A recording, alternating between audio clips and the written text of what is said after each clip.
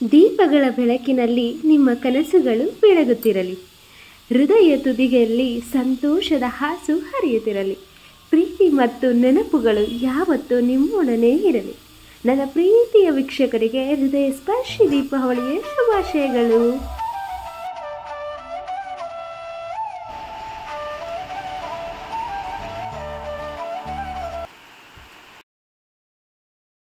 ಎಲ್ಲರಿಗೂ ನಮಸ್ಕಾರ. ನಾನು ನಿಮ್ಮ ಕನ್ನಡತಿ ಪಲ್ಲವಿ. ಇದು ಸೋಮವಾರದ ದೀಪಾವಳಿ ಹಬ್ಬದ ದಿನದ ಲಾಗ್ ಆಗಿರೋದು. ದಿನ ಅಂತೂ ತುಂಬಾನೇ ಮಳೆ ಇತ್ತು. ಮಧ್ಯಾಹ್ನದಿಂದನೇ ಮಳೆ ಸ್ಟಾರ್ಟ್ ಆಗಿತ್ತು ಅಂತಾನೆ ಹೇಳ್ಬೋದು.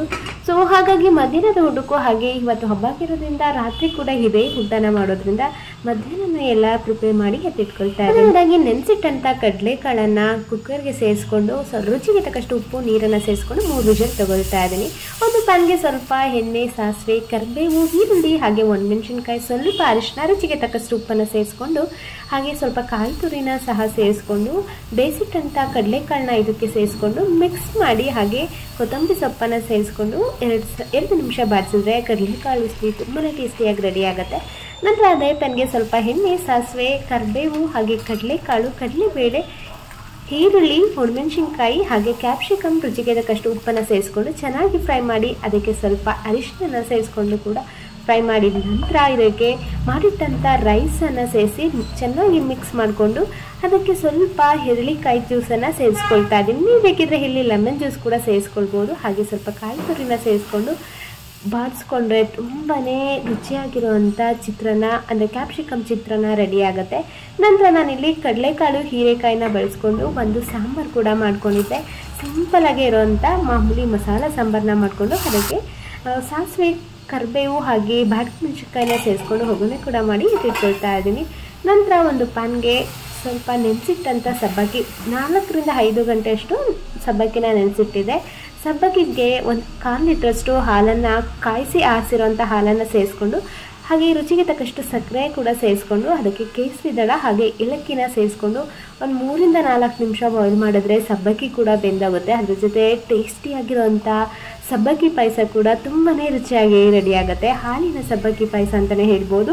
ಅದಕ್ಕೆ ಸ್ವಲ್ಪ ತುಪ್ಪ ಹಾಗೆ ಗೋಡಂಬಿ, ದ್ರಾಕ್ಷಿಗಳನ್ನ ಸೇರಿಸ್ಕೊಂಡು ಫ್ರೈ ಮಾಡಿಕೊಂಡು ಅದಕ್ಕೆ ಸೇರಿಸ್ಕೊಂಡ್ರೆ ಪಾಯಸ ರೆಡಿ ಆಗುತ್ತೆ. ನಂತರ ಒಂದು ಪ್ಯಾನ್ಗೆ ಡೀಪ್ ಫ್ರೈ ಮಾಡಲಿಕ್ಕೆ ಎಣ್ಣೆನ ಸೇರಿಸ್ಕೊಂಡು ಅದಕ್ಕೆ ಸ್ವಲ್ಪ ಒಂದೊಂದಾಗಿ ಹಪ್ಪಳನ ಸೇರಿಸ್ಕೊಂಡು ಫ್ರೈ ಮಾಡಿ ಎತ್ತಿಟ್ಕೊಳ್ತಾ ಇದ್ದೀನಿ.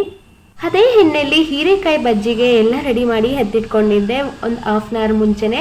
ಇದಕ್ಕೆ ಯಾವುದೇ ರೀತಿಯಾಗಿ ಸೋಡಾನ ಬಳಸಿಲ್ಲ. ಕಡಲೆ ಹಿಟ್ಟು, ನೀರು, ಜೀರಿಗೆ, ರುಚಿಗೆ ತಕ್ಕಷ್ಟು ಉಪ್ಪು ಹಾಗೆ ಸ್ವಲ್ಪ ನಾನಿಲ್ಲಿ ಖಾರದ ಪುಡಿನ ಸೇರಿಸ್ಕೊಂಡಿದ್ದೀನಿ. ಇದನ್ನು ಚೆನ್ನಾಗಿ ಮಿಕ್ಸ್ ಮಾಡಿ ಒಂದು 1/2 ಅವರ್ ನಾವು ಎತ್ತಿಟ್ಕೊಂಡ್ರೆ ಯಾವುದೇ ರೀತಿಯ ಸೋಡಾ ಸೇರಿಸೋ ಅವಶ್ಯಕತೆ ಇರಲ್ಲ. ರುಚಿಯಾಗಿರೋಂಥ ಹೀರೆಕಾಯಿ ಬಜ್ಜಿ ರೆಡಿ ಆಗುತ್ತೆ. ಅಷ್ಟರಲ್ಲಿ ಸಂಜೆ ಆಗಿದ್ದರಿಂದ ನಾನು ಇಲ್ಲಿ ದೀಪ ಹಚ್ಚಲಿಕ್ಕೆ ಎಲ್ಲನ ರೆಡಿ ಮಾಡ್ಕೊಳ್ತಾ ಇದ್ದೀನಿ. ದೀಪಕ್ಕೆ ಮೊದಲದಾಗಿ ಬತ್ತಿ ಹಾಕೋಕ್ಕೂ ಮುಂಚೆ ಎಣ್ಣೆನ ಬಿಡಬೇಕಂತೆ. ಸೊ ಹಾಗಾಗಿ ದೀಪಕ್ಕೆ ಅರಿಶಿನ ಕುಂಕುಮನ ಇಟ್ಟು ಎಣ್ಣೆ ಬಿಟ್ಟು ಹಾಗೆ ಬತ್ತಿ ಕೂಡ ಸೇರಿಸ್ಕೊಳ್ತಾ ಇದ್ದೀನಿ. ಸೊ ಈ ರೀತಿಯಾಗಿ ಎಲ್ಲ ರೆಡಿ ಮಾಡಿಕೊಂಡು ನಾನು ಎಲ್ಲೆಲ್ಲಿ ದೀಪ ಇಡಬೇಕು ಅಂದ್ಕೊಂಡಿದ್ದೆ ಅಲ್ಲೆಲ್ಲ ಸ್ವಲ್ಪ ಹೂವನ್ನ ಸೇರಿಸ್ಕೊಂಡು ಈ ರೀತಿಯಾಗಿ ಲೈಟಾಗೇ ಸ್ವಲ್ಪ ಡೆಕೋರೇಟ್ ಮಾಡಿಕೊಂಡು ನಾನಿಲ್ಲಿ ದೀಪಗಳನ್ನ ಜೋಡಿಸ್ಕೊಳ್ತಾ ಬರ್ತಾ ಇದ್ದೀನಿ. ಇದನ್ನು ಮಾಡೋದಕ್ಕೆ almost 1/2 hour to 1 hour ಬೇಕಾಗೋಯಿತು.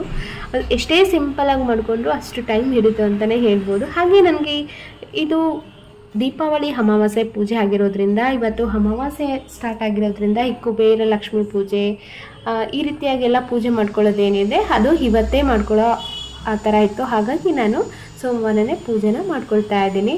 So time ಕೂಡ ನನಗೆ ತುಂಬಾ ಇತ್ತು ಅಂತಲೇ ಹೇಳ್ಬೋದು. ಅದಕ್ಕೋಸ್ಕರ ನಿಧಾನಕ್ಕೆ ಮಾಡಿಕೊಂಡೆ. ಹಾಗೆ ಪೂಜೆಗೆಲ್ಲ ರೆಡಿ ಮಾಡಿಕೊಂಡು ನಂತರ ನಾನಿಲ್ಲಿ ಕುಬೇರ ಲಕ್ಷ್ಮೀ ಪೂಜೆ ಕೂಡ ಮಾಡ್ಕೊತಾ ಇದ್ದೀನಿ. ಹಾಗೆ ನಾವು ಮುಡಿಪನ್ನು ಕಟ್ಟಿ ಎತ್ತಿಟ್ಕೊಳ್ತೀವಿ ಈ ದೀಪಾವಳಿ ಟೈಮಲ್ಲಿ, ಅದನ್ನು ಕೂಡ ಮುಗಿಸ್ಕೊಂಡೆ.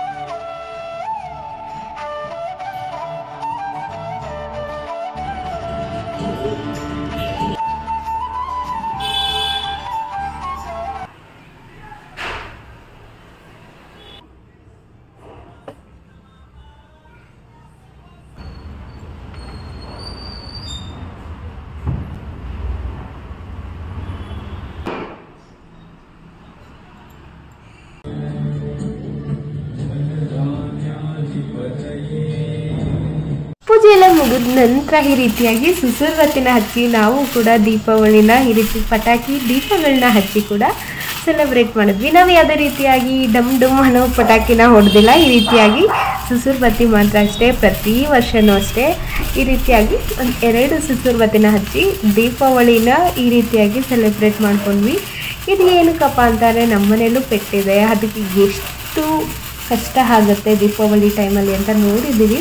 ಹಾಗಾಗಿ ನಾವು ಯಾವುದೇ ರೀತಿಯ ಡಮ್ ಡಮ್ ಡಮ್ ಪಟಾಕಿನ ಹೊಡೆಯೋದಿಲ್ಲ. ಯಾಕಮ್ಮ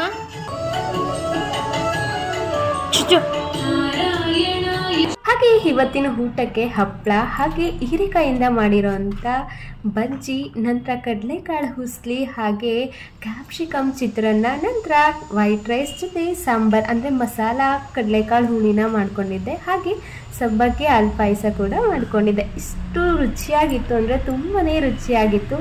ಆದರೆ ಕೊನೆಯದಾಗಿ ನಮ್ಮ ಸುಬ್ಬುನ ಈ ರೀತಿಯಾಗಿ 11 ಗಂಟೆ ಆದಮೇಲೆ ಕೂಡ ಪಟಾಕಿನ ಜೋರಾಗಿ ಹೊಡಿತಾ ಇದ್ರು. ಅವ್ನ ಕಷ್ಟ ನೋಡೋಕ್ಕೆ ಆಗ್ತಾ ಇರಲಿಲ್ಲ.